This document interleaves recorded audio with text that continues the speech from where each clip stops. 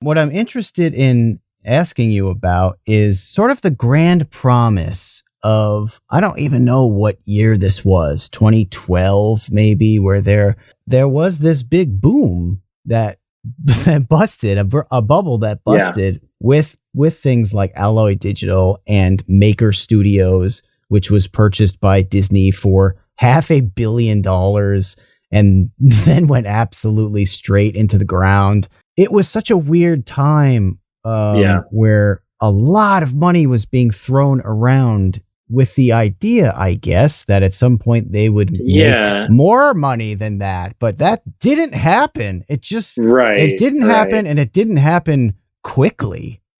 Yeah, I mean, some of it just feels like hype money, right? Like we see that with some of the stuff in like esports. Like people are like, "What's the hot thing? It's esports. What's the hot thing? It's TikTok." And we need to put money into that because it's hot.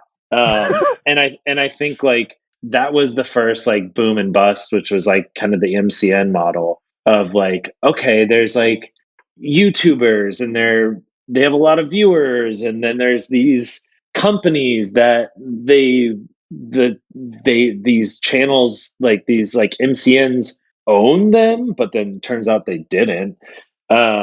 So I mean, like what I think the issue was like with Maker, they didn't own those channels. Like those people could just get up and leave the MCN one day. So while they might boast like we have, we get like 10 billion views every month.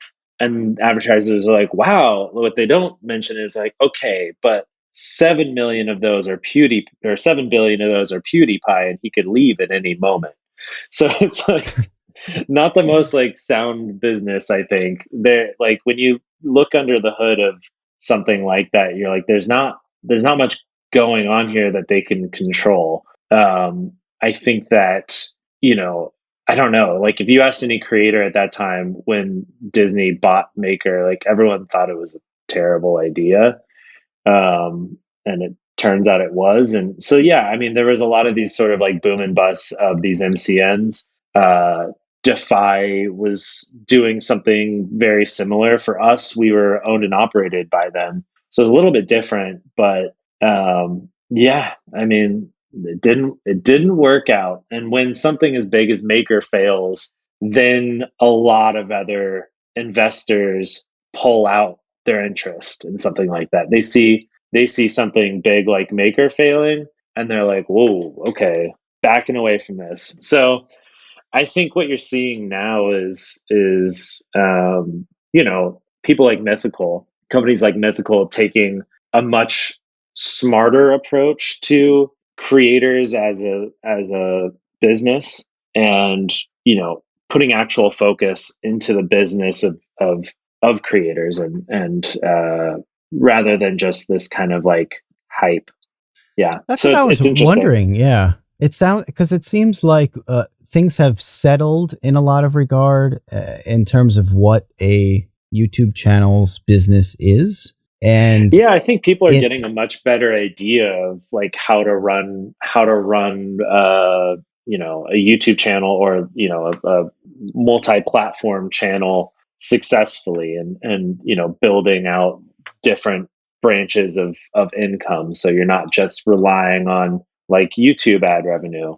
So people are looking at it much more intelligently. I mean, comparing creators' merchandise offerings to merchandise offerings like 10 years ago is like nothing else. Like people are so like savvy with what they're putting out. Obviously, you have people like Emma Chamberlain coming out with very successful like coffee company. Just trying like different sorts of avenues, because I think that the creator economy is still, a lot of people think, in its infancy. And so yeah, there's still a lot of growth that can be there. We just yet to see.